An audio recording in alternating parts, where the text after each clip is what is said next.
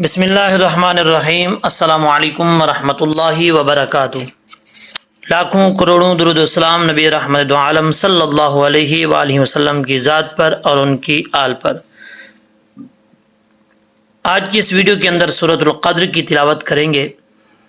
سب سے پہلے آپ کو پتہ ہے کہ میرا طریقہ کار کیا ہے۔ جو پرانے لوگ میرے چینل کے ساتھ جڑے ہوئے ہیں ان سب کے علم میں ہے کہ میں کس طریقے سے پڑھاتا ہوں۔ یہ چیز جو ہے وہ میں نئے آنے والے دوست احباب سے یہ سامنے شیئر کر رہا ہوں ان کے کہ یہ سب سے پہلے تلفظ کے ساتھ پڑھیں گے، اس کے بعد ترنم میں، جیسے آپ کی خواہش ہوتی ہے کہ ہم اچھے لہجے میں پڑھیں، اچھے ترنم میں پڑھیں، ویسے پڑھیں گے۔ تو ان چیزوں کی طرف جانے سے پہلے میں آپ لوگوں سے گزارش کرتا ہوں، ایک چیز ذہن میں رکھیے گا، ہمارے پاس مال و دولت اتنا زیادہ ہو کہ ختم ہونے والا نہ ہو، اور اس کے علاوہ گھر میں کسی قسم کی پریشانی نہ ہو، ہمارے اولاد، ہماری ساری جتنی چیزیں بھی ہیں ان میں سے کسی کی پریشانی نہ ہو، لیکن ان ساری چیزوں کے باوجود، ساری خوشیاں ملنے کے باوجود، اگر ہمیں قرآن پاک پڑھنا نہیں آتا، اگر ہمیں قرآن پاک کے تلفظ صحیح نہیں کرنے صحیح ادا کرنے نہیں آتے، تو ہم کسی کام کے نہیں ہیں۔ ہمارا جو بھی سرمایہ ہے، جو کچھ ہے، وہ سارا کا سارا اسلام، دین، قرآن ہے۔ اللہ نے ہمیں عقل دی ہے، اس لیے دی ہے کہ یہ اسلام میں اور نیک کاموں میں جو ہے وہ ہم استعمال کریں۔ بہت افسوس ہوتا ہے کہ اکثر لوگ جب ان کو یہ کہا جائے کہ قرآن پاک آپ سیکھ لیں، تو وہ آگے سے یہی کہتے ہیں کہ اب ہماری عمر جو ہے وہ زیادہ ہو چکی ہے، ہم سیکھ نہیں سکتے، یا کہتے ہیں کہ ہم بچے ہیں، چھوٹے بچوں کو کہا جائے، یا کہتے ہیں ہمارے ذہن جو ہے وہ کام نہیں کر رہا۔ ایسا کچھ نہیں ہوتا۔ وہ پھر پڑھتے کیسے ہیں؟ یا تو لائن کے اوپر جو ہے ایسے فنگر رکھ کے پڑھتے رہتے ہیں، یا پھر کہتے ہیں جیسے ہمیں آتا ہے ویسے پڑھ رہے ہیں، اللہ تعالیٰ بخشے گا۔ جو لوگ اس طرح کہتے ہیں نا، ہو سکتا ہے ایسے لوگوں کو اللہ تعالیٰ بھی نہ بخشے۔ ویسے تو اللہ تعالیٰ بے نیاز ہے، بخشنے بھی بخش دیتا ہے، لیکن جس طرح کی باتیں کرتے ہیں ان کی وجہ سے میں کہہ رہا ہوں۔ اللہ تعالیٰ فرماتا ہے آپ سیکھو، سیکھنے کی کوشش کرو، نہیں آتا پھر سیکھو۔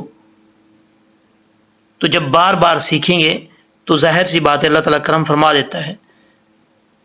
امید ہے کہ جب یہ ویڈیو دیکھیں گے تو آپ کو اچھے طریقے سے پڑھنا آ جائے گا قرآن پاک۔ آپ لوگوں سے گزارش ہے کہ مکمل ویڈیو دیکھیے گا۔ ویڈیو کی طرف چلتے ہیں۔ بسم اللہ الرحمن الرحیم۔ اگر کسی نے اعوذ باللہ بسم اللہ کا تلفظ جو ہے وہ ٹھیک کرنا ہے تو پہلے والی ویڈیو جو میں اپلوڈ کر چکا ہوں ان کے اندر موجود ہے، میں کروا چکا ہوں تلفظ ٹھیک اس کا، تعوذ کا، تو وہاں سے جا کے آپ ویڈیو دیکھ کے کر سکتے ہیں۔ تو یہاں سے بسم اللہ سے پہلے دیکھیں، یہ سورۃ القدر مکیہ، آپ کے پاس پتہ نہیں کون سا چھاپا ہے، بہرحال جو چھاپا یہاں پر ہے اس کی بات کر رہا ہوں میں۔ بسم اللہ سے پہلے سورت کا نام لکھا ہوا ہے، پھر اس کے بعد مکیہ۔ اگر کوئی سورت مکہ شریف میں اتری ہو تو اس کا نام مکی رکھ دیتے ہیں، کوئی مدینہ شریف میں اتری ہو تو اس کا نام جو ہے، یعنی نبی کریم علیہ الصلوۃ والسلام پر جو سورت مدینہ شریف میں اتری ہو اس کا نام مدنی رکھ دیا جاتا ہے۔ آگے جو ہے اکثر لوگ سوچتے ہیں کہ شروع میں تو چلو نام لکھا ہوا ہے یہ والا، جس کے اوپر میں نے ماؤس رکھا ہوا ہے یہ لال رنگ کا، آگے لاسٹ پہ کیا لکھا ہوا ہے یہاں پر دیکھیں۔ یہاں پر یہ چیز ہوتی ہے، عربی میں لکھ دیتے ہیں، جو سورت کے اندر آیات ہوتی ہیں، جتنے رکوع ہوتے ہیں وہ لاسٹ پہ لکھ دیتے ہیں۔ یہ سرکل نظر آپ کو آ رہا ہے، گول دائرہ جس کو ہم بولتے ہیں، آگے لکھا ہوا ہے ہیا خمس آیات۔ اس کا مطلب ہے کہ اس کے اندر جتنی آیات ہیں وہ لکھی ہیں۔ خمس کا مطلب 5 ہوتا ہے، اور ہیا یہ عربی میں کہتے ہیں آیات، آیات میں سے نشانی کو کہتے ہیں، لیکن یہاں پر جو ہے آیات عام طور پہ ہم بولتے ہیں سرکل کو، ایک گول دائرے پہ، جو مثال کے طور پہ یہاں سے آیت شروع ہو رہی ہے، اور جب یہاں گول دائرے پہ پہنچیں گے تو ہماری یہ ایک آیت ختم ہو چکی ہے۔ اب گول دائرے کے بعد جو ہے ہماری دوسری آیت سٹارٹ ہو رہی ہے، اس کو ہم بولتے ہیں آیت۔ اب یہ والی آیت اس گول دائرے پہ ختم ہو رہی ہے، آگے جو شروع ہو رہی ہے وہ تیسری آیات ہے، ٹھیک ہے؟ تو یہ ان کو آیات بولتے ہیں۔ اچھا جی، اب ہم اس کا تلفظ جو ہے وہ ٹھیک کریں گے۔ اِنَّا أَنزَلْنَاهُ فِي لَيْلَةِ الْقَدْرِ۔ یہ شروع میں دیکھیں نون کے اوپر شد ہے. آپ کو میں نے بتایا تھا کہ نون اور میم کے اوپر شد قرآن پاک میں جہاں بھی آئے گا وہاں پہ غنہ ہوگا. اور غنے کی مقدار کتنی ہوتی ہے؟ ایک الف کی مقدار. ایک الف اگر آپ کرنا چاہتے ہیں تو آپ کو یہ کیسے پتہ چلے گا کہ ایک الف کی مقدار کتنا ہوتی ہے؟ اس میں یہ دیکھیں، جیسے آپ غنہ کرتے ہیں تو آپ اپنی فنگر بند کریں، یہ مٹھی بند کریں، اس میں پہلی جو فنگر ہے شہادت والی انگلی اس کو دیکھیں، ایک اس کو بند کریں پھر کھولیں، اتنی دیر میں غنے کی مقدار ہوتی ہے. جیسے غنہ ہوتا کیا ہے؟ یہ ناک میں آواز لے جانے کو غنہ کہتے ہیں. اب میں نے آپ تو نہیں دیکھ رہے، ظاہر سی بات ہے، آپ کو میں ویسے بتا رہا ہوں کہ فنگر میں نے ایک بند کیا، اس کو اوپن کیا، تو یہ اس کی مقدار ہو گئی ہے. ٹھیک ہے، یہ ایک الف کی مقدار ہوتی ہے، اتنا ہی غنے کی مقدار ہوتی ہے. اب دیکھیں یہاں پہ نون مشدد ہے، یعنی نون کے اوپر شد ہے، تو اس کو غنہ کریں گے.